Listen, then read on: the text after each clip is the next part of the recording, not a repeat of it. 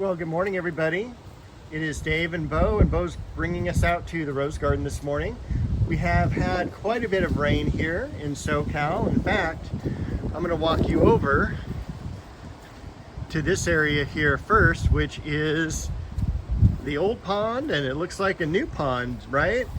It was so rainy the last 24 hours, and it even rained a bit early this morning, but we have a little bit of blue skies and still a lot of clouds.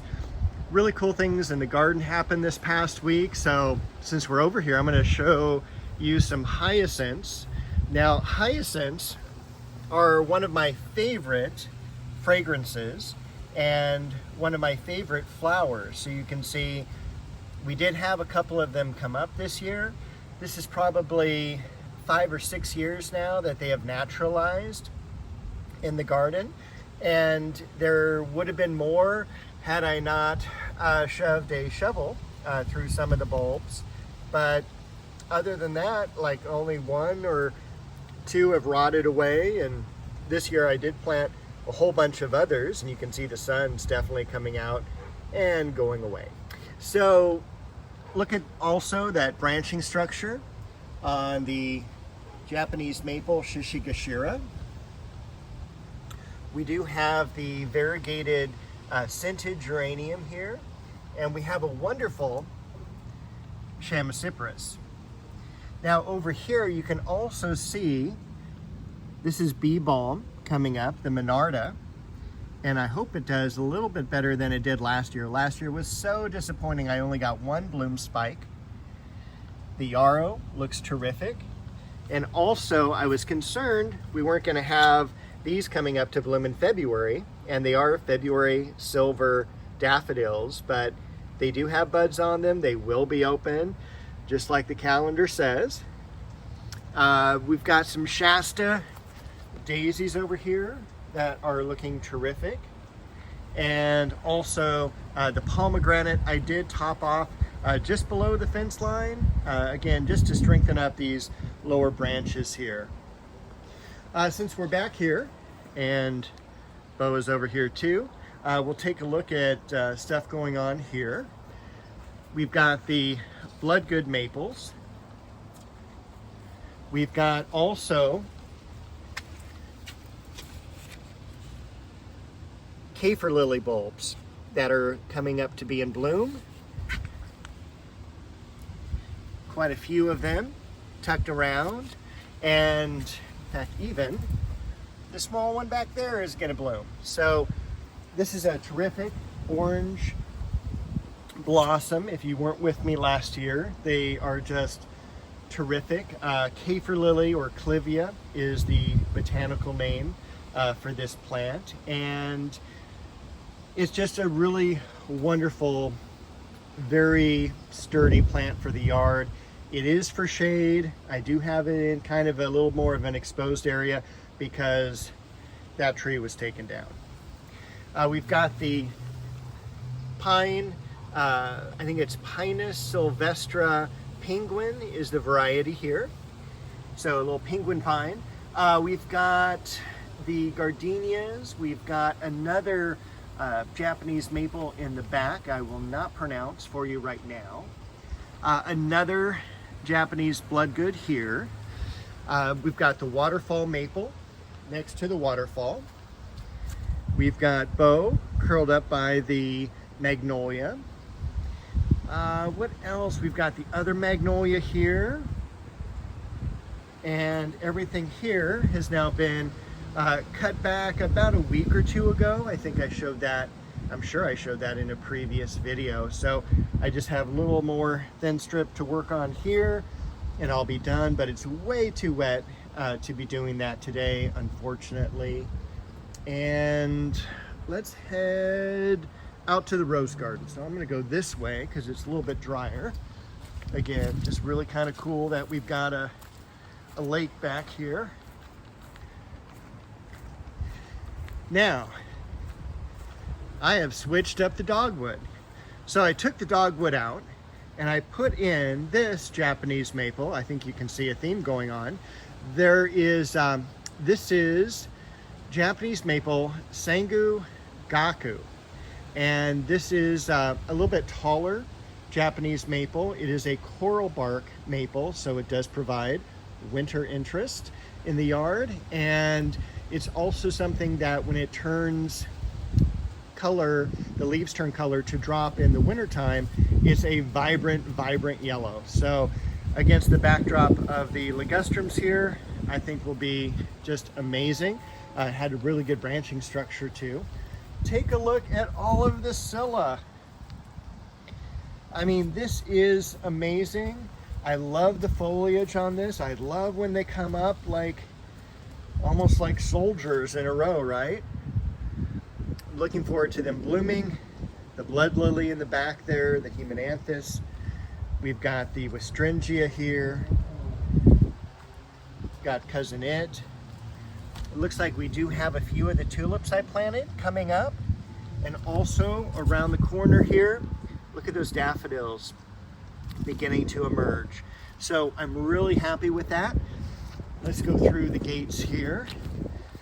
Now, I think this is the first time I can tell you that I have finished pruning all of the roses for the year. So I think I've got about 60 of them. They've all been pruned back. I also finished all the fruit trees. So the apple tree was the last one. And as soon as I said that, I forgot I still have those genetic dwarfs to prune back just a little bit. We've got some carnations blooming. We've got the Chaka Cosmos coming back. We've got an aloe, a white flowered aloe over here. The lamb's ears are just beginning to emerge. I really don't like the way they get really all junky when they go dormant. So I am going to go through and clean them out in a little bit and kind of maybe, I don't know, reduce the size of them a little bit. It's just a little bit too junky for me for the winter. The dianthus are coming out nicely again. I don't know if this plant is going to come back. I knew it was tender, but we didn't have a freeze either. So this one really melted, but it has a very strong, vigorous root system. So I'm not sure if that's supposed to happen on this plant, but we'll find out in like another week or two. This is where the dogwood ended up, and I think this is a really good place for it. So it is going to get shaded, hopefully, eventually, by this tree here, which is the crabapple. It's definitely going to be shaded by the apple tree and the ligustrum behind it, so it won't be out in the direct sun as it was here where the maple is. And it's also tucked back by the fence, so more cooler plants as well around the base of it. This is not a area of the yard that's going to dry out, whereas the area where the maple is now does get kind of dry because of the sprinkler coverage. We have Bo here with us again. This is a kind of a smaller Westringia with white flowers. A few flowers there. Let's see. I'm going to try to cut back the sweet pea shrub. Hopefully it doesn't hurt the plant. Hopefully it will come back.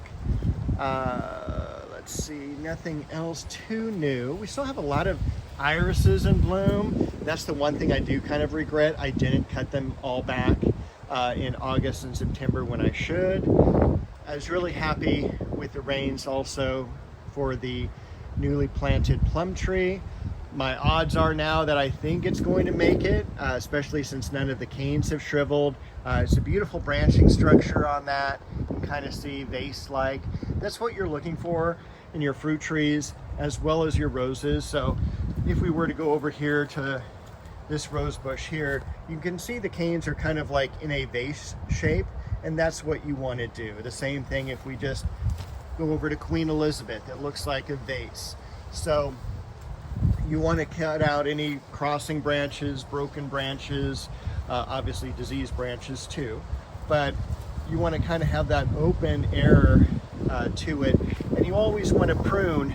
This is why you're pruning so the outside bud is the most dominant, and it's going to go out here in that direction. So what I would probably do in a little bit is I would cut that inside bud off. But again, that's kind of like really high tech, not high tech, but high garden maintenance. You don't need to, but it will help the plant grow a little bit better. The Anna apple we did cut back finally. That's normally one that we cut back quite early, but this year it was like our last one. We have Iris Nata putting out some blooms, and look at all those buds. That's going to be explosive in the next couple of weeks, so very excited for that. Flowering apricot. We'll take a closer look at Anna over here. No flower buds yet. I mean, today is February the 14th, so happy Valentine's Day, everybody. You're probably seeing this the day after. You can see a lot of the apple spurs beginning to leaf out, so the flowers will be shortly thereafter. And in apples, these are called the apple spurs. They are where your apples are mainly going to be produced. This is why you cut back the plant about a third every year, is to strengthen the lower levels of the plant. More carbohydrates is going to produce more fruit. The one thing I am going to do this year is I am going to thin out the apples and have less of a crop of them, because that tree itself gives off 100 or so apples, and quite honestly, you know, I'm not going to eat 100 apples. I'm probably going to have 2 or 3. We've got, and I don't know if I can stand far enough back here. Look at that beautiful, absolutely beautiful flowering magnolia. It's probably got another couple weeks left to go. Give you an idea of how many blossoms, and just an exquisite flower. So again, just one of my favorites. Can't go wrong with that. I now have a weeping pink diosma plant that will pop back, and hopefully it will not break the stem. That was a lot of rain for a really long time. Everything else fared okay. Probably have to go through and check out the pansies a little bit closer. We've got some daffodils over here that are beginning to bloom. This is one that has naturalized in the yard, and you'll see it in past year videos. I'm really excited this one has come back. But remember, I also planted a whole bunch from new bulbs this year. Those I do not see coming up quite yet. So hopefully they will shortly. I planted them way late in the season, and that is my fault. Over here, you can see some more of the syllabulbs coming up. The paper whites at the edge, and the daylilies are looking really good. The Galanthus is done blooming, and I didn't see any others. So I am very disappointed in those. I don't see any others that came up, so I don't know what happened. But a 4% success rate is not a good success rate. We've got some Lycosium still in bloom, but they're quickly fading out, so you almost have to look forward to next year. They generally start to emerge somewhere around end of November. So when you think about it, it's only like 9 months away, 8 months away that they'll be coming up again. We'll cut back the foliage more as we get into around May. And then I thought it was really cool. We have one Lycosium plant way out over here underneath the pineapple guava. And I didn't plant that, and it's weird because it's too close to the base for a bulb to get disrupted and moved. So I don't know what happened. We've got a lot of hyacinths coming up here around the edge. So these are the new ones that I planted this year. We can take a look over here. I do have one white hyacinth there blooming. Not sure which color that's gonna be. Looking forward to the Shasta daisies filling in here. I don't even think it shows up in the camera, just a little bit. Another Japanese maple. The clerodendron, I'm hoping comes back. Forsythia, now done blooming. It's got a nice new foliage coming on. Look at how quickly the French sorrel has come back. Nice and lush. Underneath here, the carnation. But I still can't get over the big batch of Amaryllis belladonna that's here. We do have a few buds on the Alstroemeria. So there is a lot going on, and I think this is where I'll probably end the video because I've talked way too much, and I didn't even take you out to the front yard, which I probably will next week. Show you those roses pruned back. So I hope you had a good walk through the garden this morning. Have a good weekend, and I will see you next week with another video.